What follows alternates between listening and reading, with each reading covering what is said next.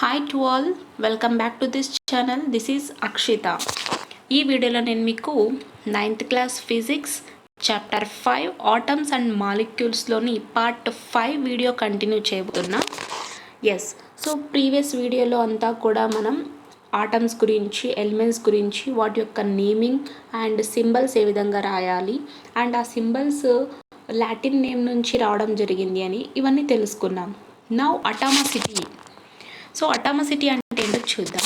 Molecules of many elements such as argon, helium etcetera are made up of only one atom of that element. But this is not the case with the most of non-metals. In non-metals, the molecules contain more than 2 atoms of different elements. కొన్ని ఎలిమెంట్స్లో 2 atoms ఉంటాయని చెప్పుకున్నాం, 2 identical atoms ఉంటాయని చెప్పుకున్నాం.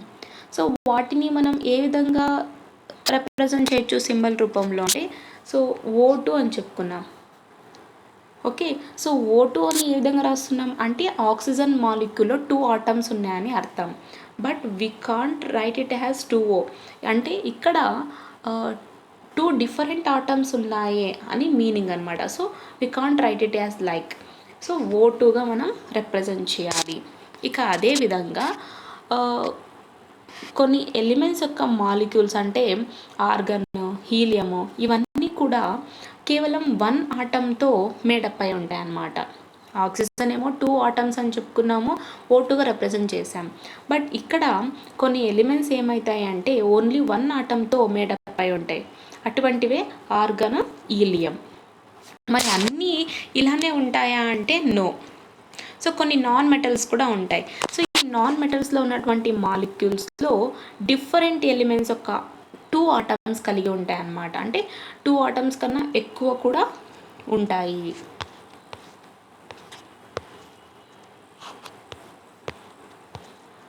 The number of atoms constituting a molecule is known as its atomicity.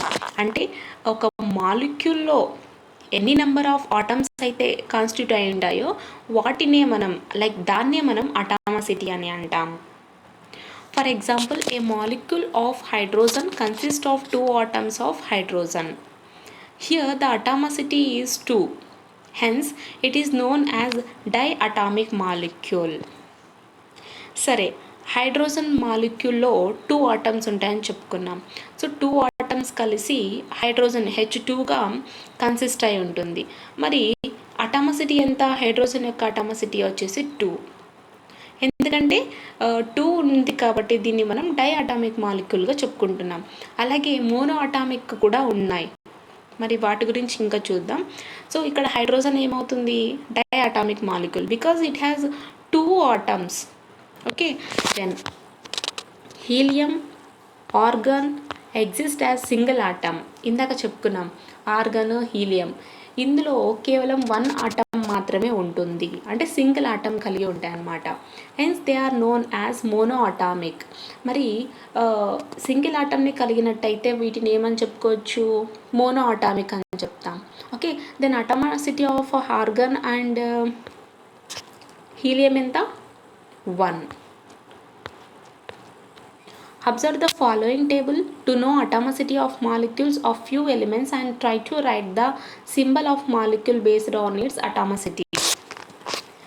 సరే, ఇక్కడ ఒక టేబుల్లో మనకు కొన్ని ఎలిమెంట్స్ ఇవ్వడం జరిగింది. ఈ ఎలిమెంట్స్ యొక్క అటామిసిటీని కూడా వాళ్ళు రిప్రజెంట్ చేశారు. అండ్ వీటి యొక్క అటామిసిటీని బేస్ చేసుకొని మాలిక్యూల్ సింబల్ని రాయడానికి ట్రై చేయమంటున్నారు. Let it B.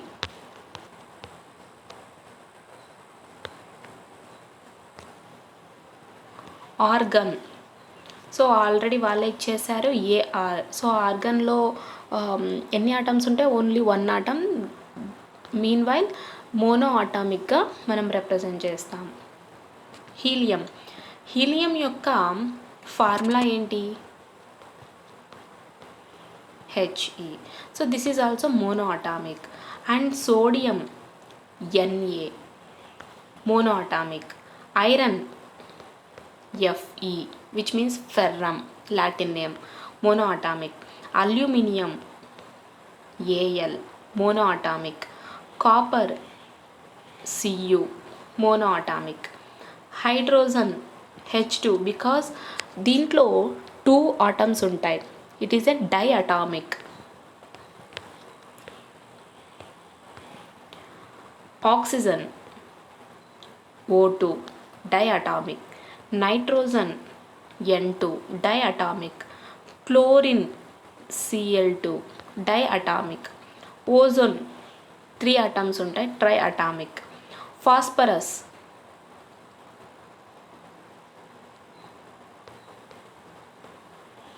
టెట్రాటామిక్ which means 4 ఉంటాయి. అండ్ సల్ఫర్ ఆక్టాక్టమిక్ అంటే 8 ఉంటాయి. ఓకే, ఇప్పుడు అర్థమైందా ఏ విధంగా మనం వాటిని సింబల్స్ రూపంలో రాయాలి అంటే అటామిసిటీని బేస్ చేసుకొని మనం సింబల్స్ని కూడా ఈజీగా రాయొచ్చు. వై డూ సమ్ ఎలిమెంట్స్ మోనోఅటామిక్ అంటే కొన్ని ఎలిమెంట్స్ ఎందుకు మోనోఅటామిక్ ఉంటాయి, విచ్ మీన్స్ వాటి యొక్క స్ట్రక్చర్లో ఓన్లీ 1 ఆటమ్ కలిగి ఉంటుంది. అంటే in that element there is only 1 element exist. Why do some elements form diatomic or triatomic molecules కొన్ని ఎలిమెంట్స్ ఎందుకు డయాటామిక్ గాను కొన్ని ఎలిమెంట్స్ ఎందుకు ట్రయాటామిక్గా ఉంటాయంటే అందులో ఉన్నటువంటి ఆటమ్స్ని బేస్ చేసుకొని ఇక్కడ O2 అని చెప్తున్నాం అంటే 2 ఆటమ్స్ ఆఫ్ ఆక్సిజన్ ఉన్నాయి కాబట్టి ఆక్సిజన్ మాలిక్యూల్గా ఫామ్ అయ్యింది. Why do elements have different atomicities so ఎందుకు ఎలిమెంట్స్లో mono, di, tetra and next octa ఈ విధంగా అటామసిటీస్ ఉన్నాయంటే based on the atoms it have. To understand the atomicity of molecules of elements and compounds, we need to understand the concept of valency. సరే, so ఈ elements compounds యొక్క అటామిసిటీని మనం బాగా క్లియర్గా తెలుసుకోవాలంటే ముందుగా వ్యాలెన్సీ అనేటువంటి కాన్సెప్ట్ని తెలుసుకోవాల్సి ఉంటుంది. మరి వ్యాలెన్సీ అంటే ఏంటి చూద్దాం. What is valency? Valency. There are over 100 elements known now. These elements react with each other to form compounds. Every element has a definite combining capacity that determines the atomicity of its molecules. Every element reacts with other element according to its combining capacity, which we call as its valency. ఇప్పటిదాకా ఎన్ని elements కనుగొన్నారు అంటే nearly 100 elements వరకు. మరి ఈ 100 ఎలిమెంట్స్లో కొన్ని elements ఒకదానితో ఒకటి రియాక్ట్ అయ్యి కాంపౌండ్స్గా ఫామ్ అవుతాయని చెప్పుకున్నాం. మరి ప్రతి ఒక్క ఎలిమెంట్ కూడా కంబైనింగ్ కెపాసిటీ కలిగి ఉంటుంది. అంటే కంబైనింగ్ కెపాసిటీ అంటే ఏంటి? ఆ మాలిక్యూల్ యొక్క అటామిసిటీ ఎంత ఉంటుంది దాన్ని డిటర్మైనింగ్ చేయడమే. సో ప్రతి ఒక్క ఎలిమెంట్ కూడా ఇంకొక ఎలిమెంట్తో రియాక్ట్ అవుతూ ఉంటుంది. ఏ విధంగా రియాక్ట్ అవుతుందంటే కంబైనింగ్ కెపాసిటీ ఎంతైతే ఉంటుందో అంతవరకు అది రియాక్ట్ అవుతుంది. సో దాన్నే మనం ఏం చెప్తున్నాం? బ్యాలెన్సీగా రిప్రజెంట్ చేస్తున్నాం.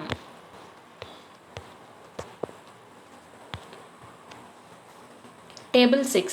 సో ఇక్కడ టేబుల్ 6లో చూసుకున్నట్టయితే హైడ్రోజన్ యొక్క బ్యాలెన్సీ 1 అండ్ కార్బన్ వచ్చేసి 4, oxygen 2, chlorine 1, helium 0, organ 0, fluorine 1.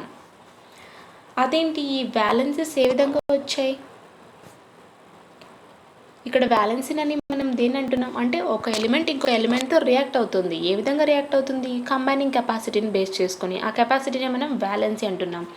మరి హైడ్రోజన్ యొక్క బ్యాలెన్సీ 1 అని, కార్బన్ యొక్క బ్యాలెన్సీ 4. సో ఇవి ఏ విధంగా వచ్చాయి చూద్దాం. So atoms of elements have power to combine with atoms of other elements. This is known as it's valency. ఇక్కడ ఎలిమెంట్స్లోని ఆటమ్స్ కంబైన్ అవుతున్నాయి. అంటే ఒక ఎలిమెంట్లోని ఆటమ్ ఇంకొక ఎలిమెంట్లోని ఆటమ్స్ కంబైన్ అవుతున్నాయి. సో కంబైనింగ్ కెపాసిటీని మనం వ్యాలెన్సీ అని చెప్పుకుంటున్నాం. సో ఇక్కడ 1421001 అంటే ఈ టేబుల్ని వాల్యూస్ ఏ విధంగా వచ్చాయి ఈ లెసన్లో నేను మీకు క్లారిటీ ఇస్తా. Just wait. What is an ion? సరే, అయాన్ అంటే ఏంటి మీ అందరికి తెలిసే ఉంటుంది. సో అయాన్స్ అనగానే మనకు ప్లస్ మైనస్ గుర్తుకొస్తాయి. అదే కదా మనం అయాన్స్కి ఇచ్చేటువంటి representative symbol. Yes. Compounds formed by metals and non-metals contain charged species. The charged species are known as ions. A negatively charged ion is called anion and positively charged ion is called cation. సరే, so metals non metals ఇవి రెండు combine అయి కాంపౌండ్స్గా form అవుతాయి. So ఈ metals and non మెటల్స్లో ఏముంటాయంటే charge species ఉంటాయి. ఈ చార్జ్ స్పీషీస్ని మనం ఏమంటున్నాం? Ions.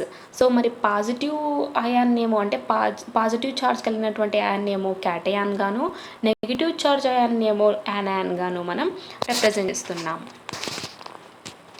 For example, sodium chloride do not contain discrete molecules as their constituent units. Its constituent particles are positively charged sodium ions Na+, and negatively charged chloride ions Cl-. సరే, we know already common salt యొక్క chemical name ఏంటి? Sodium chloride. So sodium క్లోరైడ్లో ఎటువంటి discrete molecules ఉండవు, అంటే వాటి యొక్క constant యూనిట్స్గా ఉండవు. మరి ఇక్కడ కాన్స్టెంట్ పార్టికల్స్ ఉంటాయి కదా, వాటి యొక్క constant particles. So positive charged sodium ions ఉంటాయి, అలాగే నెగిటివ్ చార్జ్ క్లోరైడ్ అయాన్స్ కూడా ఉంటాయి. Ions may be a single charged atoms or group of atoms that have a net charge on them. సరే, ఇక్కడ అయాన్స్లో వచ్చేసి సింగిల్ చార్జ్డ్ ఆటమ్స్ అయినా ఉండొచ్చు, లేదా గ్రూప్ అయాన్స్ అయినా కూడా ఉండొచ్చు. Table 7 some common simple and polyatomic ions. ఇక్కడ టేబుల్ 7లో మనకు కొన్ని సింపుల్ అలాగే పాలిఅటామిక్ అయాన్స్ కూడా ఉన్నాయి. వాటిని ఒకసారి చూద్దాం. ఫస్ట్ నెట్ ఛార్జ్ని బేస్ చేసుకొని చూద్దాం. నెట్ ఛార్జ్లో 1.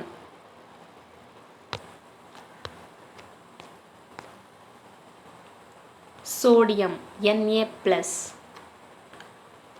ఇక్కడ యూనిట్ 1 అని ఎందుకు అంటున్నాం చెప్పండి? అంటే ఒకటిని ఇవ్వడానికి రెడీగా ఉన్నాయని అర్థం. Silver argentum, copper cuprum, ammonium NH4, hydride H-, chloride Cl-, bromide Br-, iodide. ఇక్కడ మైనస్ అని ఎందుకు అంటున్నాను చూడండి ఒకసారి. బాగా ఫార్ములాని అలాగే సింబల్ని వాటి యొక్క నేమ్స్ని గుర్తుపెట్టుకోండి, అండ్ నెట్ ఛార్జ్ కూడా గుర్తుపెట్టుకోండి. Hydroxide, nitrite. 2 units charge. Magnesium Mg+2. ఇక్కడ మీరు బాగా క్లియర్గా ఐడియా పెట్టుకోవాల్సింది ఏంటి అంటే, ఫస్ట్ ఆక్సైడ్ చూసుకుందాం. సరే, మనం ఆక్సిజన్కి ఏ విధంగా రాసేది ఫార్ములా? సబ్స్క్రిప్ట్ 2. ఫస్ట్ లెటర్ రాసి సబ్స్క్రిప్ట్ 2 పెడుతున్నాం. ఇక్కడ మీరు చూసుకున్నట్టయితే సూపర్ స్క్రిప్ట్ అంటే పైన, అదేవిధంగా plus or minus. So both have different meaning. So ఇక్కడ O2 అంటేనే 2 ఆటమ్స్ ఆఫ్ ఆక్సిజన్. ఇక్కడ అయాన్ రూపంలో మనం మెన్షన్ చేస్తున్నాం. సో ఇక్కడ మీకు క్లారిటీ వస్తుంది. సో ఈ టేబుల్ని ఈ విధంగానే ఫాలో అయిపోండి. S. Star elements which show variable valency. ఇక్కడ చూడండి, ఐరన్ 2 యూనిట్స్లో చూసుకున్నట్టయితే Fe+2. ఇక్కడ 3 యూనిట్స్లో చూసుకున్నట్టయితే Fe+3. అంటే వేరియబుల్ వ్యాలెన్సీ కలిగి ఉంది అని అర్థం. Valency of an ion is equal to the magnitude of its charge. For example, valency of chloride ion is 1. Valency of sulfate ion is 2. So ion యొక్క valency దేనికి ఈక్వల్గా ఉంటుందంటే ఆ చార్జ్ మ్యాగ్నిట్యూడ్కు ఈక్వల్గా ఉంటుంది. క్లోరైడ్ వ్యాలెన్సీ ఎంత 1 Cl మైనస్. సల్ఫేట్ అయాన్ యొక్క valency ఎంత 2.